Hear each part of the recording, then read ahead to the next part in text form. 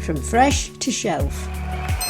Hey folks, Susan here, and I just peeled and scooped out the mango from a mango and Alan here said, well, why don't you just show people how you're doing it?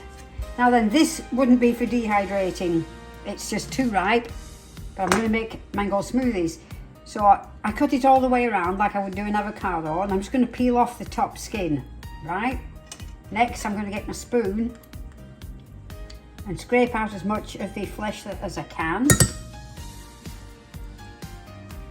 Alright, and by the way, to make the smoothie I use apple juice. Make some apple juice with it and ice cubes. That's all you need. You don't even need any sugar, especially when they're ripe like this. It tastes just fabulous. Now then, this is the part I wanted to show you, that while the pit, which is massive, is still inside it, let it do its job. Just let the suction of the pit stay there, so you can scrape half of the pit down, right? Can you see what I'm doing there? Now let's get all this over here. Bit of green. Now all I'm going to do is just pull the pit out gently. We're going to do the same thing again, scoop out all the good juice. You've got to make sure to put it in your blender quite a long time to get rid of the stringy parts, but my goodness me, it's absolutely worth it.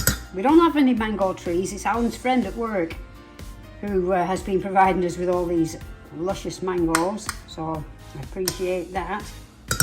It's not what you know, it's who you know. So we get free mangoes, and as you can see, I'm holding the pit. Now then, the other tip was stick a corn on the cob holder in that so as you can scrape it. But I wanted to show you this alternate method, using nothing but a spoon and your fingertips. Again, a bit of apple juice. I'll show you the apple juice. Just stay there with the camera a minute, Alan. My cameraman, he gets highly paid, which means nothing. Right, so you put this apple juice in. So that's half a bottle to these two mangoes, massive mangoes, and about 5 or 6 ice cubes, and it is absolutely plenty. And oh my goodness me, it is marvellous. So thanks for watching. And again, I'm not dehydrating this. You could, and if you did want to dehydrate it, you would then use a fruit leather tray, a solid tray. Alright, so over now. Thank you for watching.